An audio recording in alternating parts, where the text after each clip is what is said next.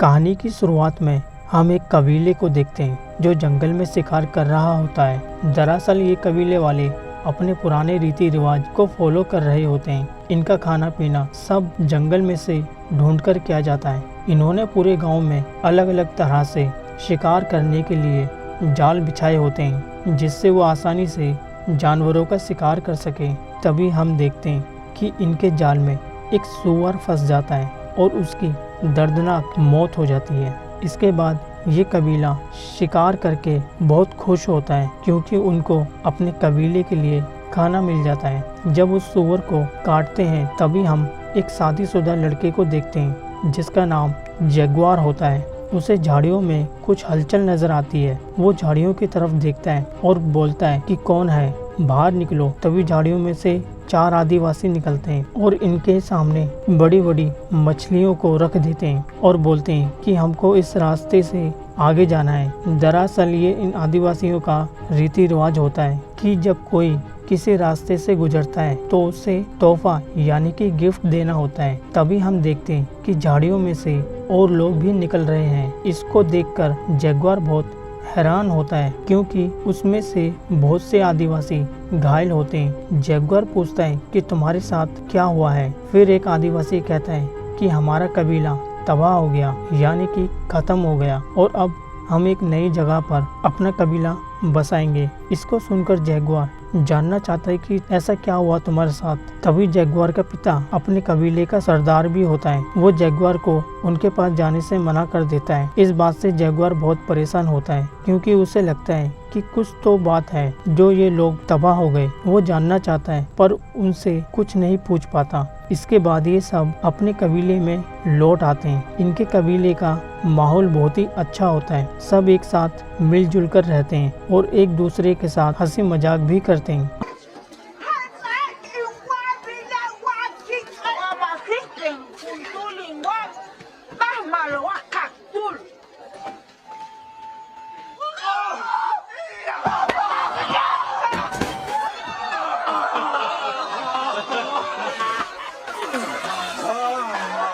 अब रात को जगुआर अपने परिवार के साथ सो रहा होता है। तभी वो कुत्तों यानी कि डॉग की आवाज सुनकर उठ जाता है। जब वो बाहर आता है किसी की हलचल होती है, क्योंकि जगुआर उन आदिवासियों की बात से डरा हुआ था जो उनको शिकार करते वक्त मिले थे। अगले सीन में हमको एक खतरनाक आदिवासी दिखाया जाता है और उसके साथ और भी लोग होते हैं जो झाड़ियों और पेड़ के पीछे छुपे होते हैं। जो उसके एक इशारे से सारे लोग बाहर आ जाते हैं। तभी वो लोग जगुआर के कबीले पर हमला कर देते हैं। इसको देखकर जगुआर बहुत बुरी तरह से डर जाता है और अपने परिवार को बचाने की कोशिश करता है। तभी एक आदिवासी उसे देख लेता है और उसको मारने की कोशिश करता है, पर जगुआर उसे किसी तरह से जान से मार देता है और अपने परिवार को एक कुएं के पास जाता है और अपने बेटे और पत्नी को, जो प्रेग्नेंट होती है, उसे एक रस्सी की मदद से कुएं में छोड़ देता है। ये सब करते हुए एक आदिवासी देख लेता है।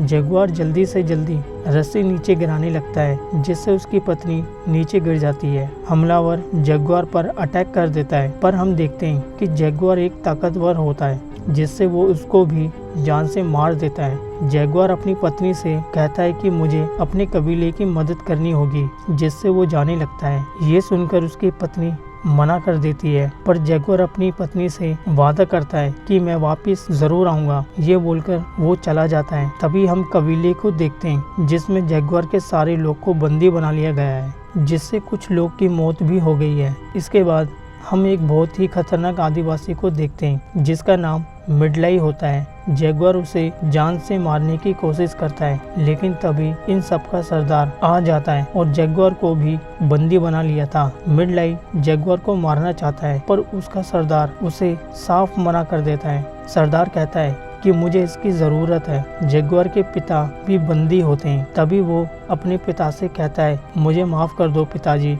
ये बोलते हुए मिडलाई सुन लेता है। उसे पता चलता है कि ये जगुआर का पिता है। ये सुनकर जगुआर के पिता को उसके सामने खड़ा करके जान से मार देता है। इसके बाद वो जगुआर को भी बहुत बुरी तरह से मारता है, जिससे वो बेहोश हो जाता है। और जब उसे होश आता है तो वो उस कुएं की तरफ देखता है जहाँ पर उसकी प्रेग्नेंट पत्नी और बच्चा होता है। उस सरदार का बेटा जगुआर को कुएं की तरफ देखता हुआ उस कुएं की तरफ जाता है, जो देखता है कि कुएं में रस्सी लटकी हुई है। उसे शक होता है कि कोई ना कोई कुएं के अंदर जरूर है। जब वो एक बड़ा सा पत्थर उठाकर कुएं में फेंकता है तो उसे कोई भी हलचल नहीं आती, क्योंकि वो बड़ी सी चट्टान के नीचे छुप जाते हैं। इसके बाद जो लटकी हुई होती है वो उस रस्सी को काट देता है। जगुआर की पत्नी और बच्चा उस कुएं में फंस जाते हैं। अब ये बंदी बनाए लोगों को एक लंबे समय के लिए ले जाते हैं। रास्ते में इन्हें वो कबीले वाले भी मिलते हैं जो सुबह मिले थे,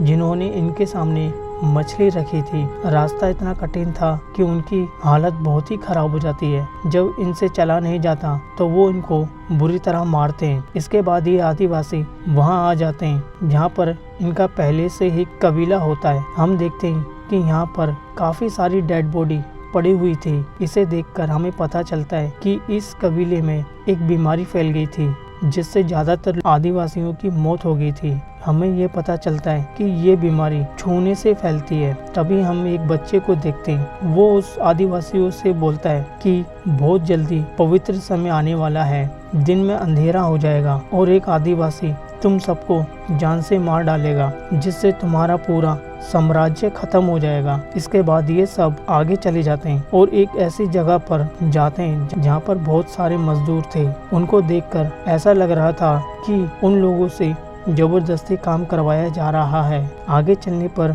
इनके पास एक आदमी आता है और उस कबीले के सरदार से पूछता है कि कितने आदमी थे। सरदार बोलता है मेरा बेटा बताएगा। हमें यहाँ पता चलता है कि वो आदिवासी इन लोगों को बेचने लाए हैं और यहाँ पर आदिवासियों को बेचा जाता है और उनकी औरतों की बोली लगती है। इसके बाद इन आदिवासियों को एक भीड़ वाली जगह पर लेकर जाते हैं जहाँ पर इंसानों की बलि दी जाती है। इनको ये पता था कि इंसानों की बलि देने से भगवान खुश रहते हैं। और अब जगुआर की बारी आती है बलि देने की। तभी सूर्य ग्रहण हो जाता है और चारों तरफ अंधेरा हो जाता है। जैसे कि उस बच्चे ने कहा था, सूर्य ग्रहण के बाद इन सबको किसी दूसरी जगह पर ले जाया जाता है और सबको कहते हैं कि भागो तुम सब और अपने जंगल में चले जाओ। लेकिन जैसे ही कबीले के लोग भागने लगते हैं और उनके पीछे से भाले की मदद से हमला कर देते हैं, जिससे कबीले के लोग मारे जाते हैं। अब जगुआर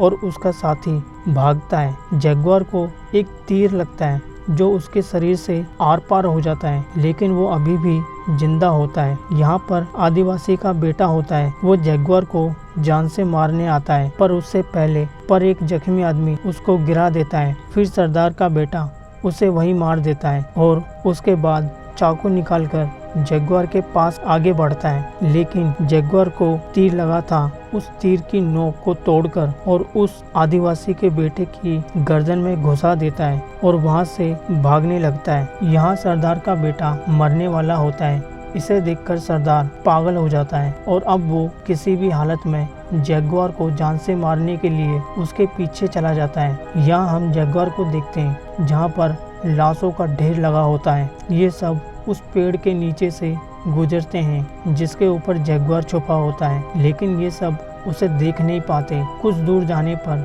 सरदार अपने सिपाही के कंधे पर खून लगा हुआ देखता है, जो कि उसका नहीं होता। इसे देखकर सरदार समझ जाता है कि जगुआर पेड़ के ऊपर छुपा हुआ है। इसीलिए सब के सब वापस आ जाते हैं और पेड़ों की तरफ देखते हैं। यहाँ हम जगुआर को देखते हैं जहाँ पर जगुआर जानवर का बच्चा और उसकी माँ भी आ जाती है। यह देखकर जगुआर उस तरफ भागता है जिस तरफ वो आदिवासी गए होते हैं। तभी एक आदिवासी जगुआर को देख लेता है और उसे पकड़ने की तरफ भागता है, लेकिन उसे पता नहीं था कि उसके पीछे मादा जगुआर पड़ी है। इसीलिए मादा जगुआर उसे मार देती है। अब जगुआर वहाँ से भागता जाता है, लेकिन वो आदिवासी अभी भी उसे ढूंढ रहे थे। वहीं भागते भागते अब जगुआर का रास्ता खत्म हो जाता है। उसके आगे बहुत बड़ा पानी का झरना आ जाता है और अब जगुआर को यहाँ से कूदने का मतलब मौत है। लेकिन तभी वो आदिवासी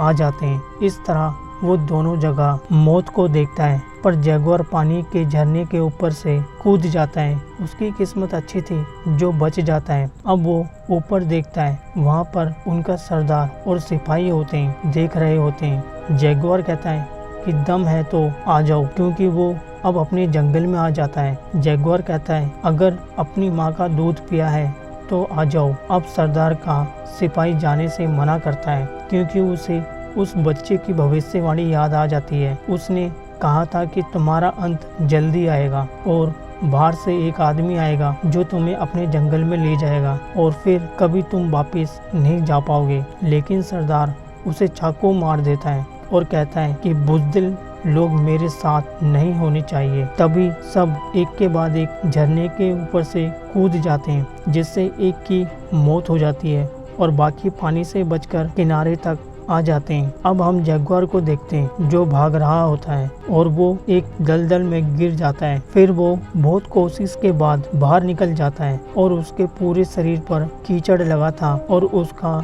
दिमाग सुन्न हो जाता है। तभी वो कहता है मैं जैगुआर हूँ और ये जंगल मेरा है, कोई भी मुझे पकड़ नहीं सकता। इसके बाद वो आदिवासी उसको मारने आते हैं। जैगुआर उनको अलग अलग तरीके से मारता है। सबसे पहले मधुमक्खियों से मारता है, फिर एक जहरीले मेंढक से एक और को मार गिराता है। तभी उसके सामने वो आदमी आ जाता है जिसने जैगुआर के पिता को मारा था। इसका नाम मिडलाई होता है। दोनों के बीच में हथियार पड़ा होता है। फिर दोनों उसको उठाने के लिए भागते हैं। मिडलाई हथियार को उठा लेता है, लेकिन उसका वार चूक जाता है, पर जैगुआर का वार नहीं चूकता। वो उसे एक झटके में मार देता है। तभी बारिश शुरू हो जाती है और उसे अपनी पत्नी और बच्चे की याद आती है जो कि कुएं के अंदर हैं। कुएं में लगातार पानी भर रहा था। तभी जैगुआर की पत्नी को लेबर पेन शुरू हो जाता है, यानी कि उसकी पत्नी का डिलीवरी का समय पास है। जैगुआर जल्दी से कुएं की तरफ जाता है, लेकिन अभी भी 3 आदिवासी उसके पीछे पड़े थे। उन 3 आदिवासियों में से 2 आदिवासी कुएं के पास रुक जाते हैं। जब वो देखते हैं कि जैगुआर की बीवी और बच्चा है, अब जैगुआर की तरफ देखते हैं जो आदिवासी का सरदार उसके पीछे पड़ा हुआ है, जो जैगुआर को तीर मारता है, जिससे वो घायल होकर नीचे गिर जाता है। जैगुआर उस तीर को निकालता है और चैलेंज करता है। वो अपना तीर कमान नीचे फेंक देता है और चाकू निकालकर उसके पास भागता है। तभी सरदार का पैर एक शिकार करने वाले फंदे से टकराता है और एक नुकीली चीज उसके शरीर के आर पार घुस जाती है और वो वहीं पर मारा जाता है। ये वही ट्रैप था जिसको मूवी की शुरुआत में सुअर को मारा था। अब ये आदिवासी भी उसी ट्रैप में फंसकर मारा जाता है।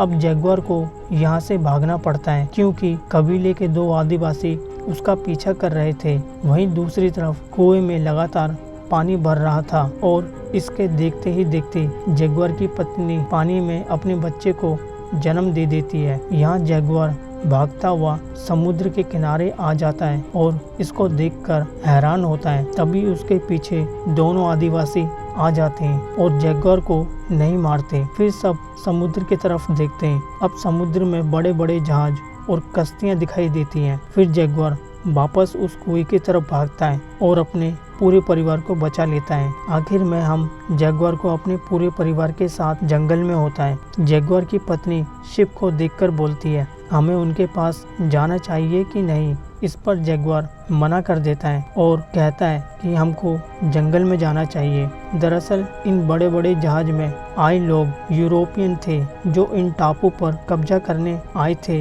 इनके पास आधुनिक हथियार होते हैं। कबीले के लोग जिन्हें माया सभ्यता कहा जाता है वो भी इनका मुकाबला नहीं कर सकते। दरअसल अमेरिका में माया सभ्यता हुआ करती थी। ये छोटे छोटे कबीले आपस में लड़ते रहते थे। इसके बाद यूरोपियन लोग आए, उन्होंने आदिवासी को कब्जे में ले लिया और ये कहानी उसी सब्जेक्ट पर आधारित है और ये मूवी यहीं पर ख़त्म होती है। अगर आपको ये एक्सप्लेनेशन पसंद आई हो तो प्लीज़ इस वीडियो को like, share, comment and subscribe ज़रूर कर देना। फिर मैं मिलता हूँ एक और नई वीडियो में।